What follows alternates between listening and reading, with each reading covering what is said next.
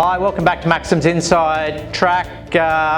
Just a shout out to anyone that's been affected by these pretty severe fires around Australia, pretty devastating, and our thoughts are with you.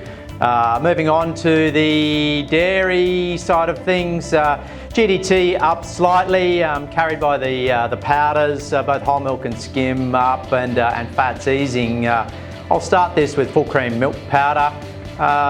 New Zealand still slightly ahead on milk solids year to date. However, October was down slightly, but there still seems to be really solid demand out of China for whole milk powder, and it just continues to track up slightly. And we suspect that this to be pretty buoyant through to Q1 2020, just depending on NZ's shoulder of the milk season. On to skim milk powder now, and this has been the golden boy of the dairy at the moment. It's charged ahead again, another 3+% after a 6% increase. So we're now at 5-year highs, and demand seems extremely buoyant once again, in particular around China demand, Southeast Asia, and to a lesser extent the Middle East. EU milk is up slightly, so depending on how this starts, we could see a bit of a lid on these prices, but it still feels extremely buoyant into the start of the new year, and it'll just be interesting to see what the Europeans do in terms of milk flow. Moving on to the fats now, butter and AMF.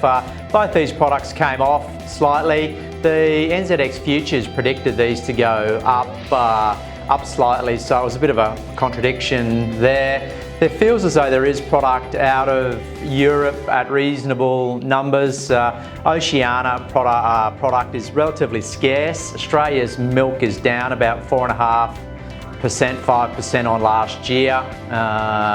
So any Australian origin product is tight. Out of the US, it's quite firm and high over there as well. So we suspect that fats may still stay relatively firmish, however, may drift off a little bit early into the new year. Moving on to cheddar now, up slightly on the GDT, up about 2.5%. We're seeing the US prices still really firm, however they're starting to drift off a little bit, but still at really high levels, and European product accessible and coming onto sort of par now with Oceania, however slightly cheaper. Once again, any Australian origin mild product or even aged material for that matter is relatively tight.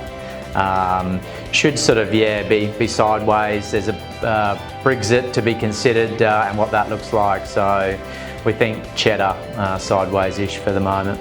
Moving on to whey and lactose now.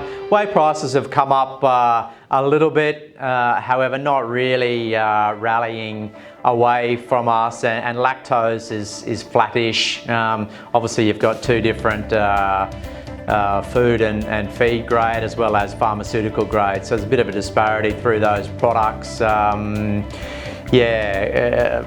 Probably sideways to slightly firmish on whey. The proteins, the WPC80s and WPIs, still under a little bit of pressure out of the US, not so much out of Europe, but we could see that protein component drift off slightly as well. Thanks very much for listening to another edition of Maxim's Inside Track. We'll see you again in a couple of weeks. Thank you.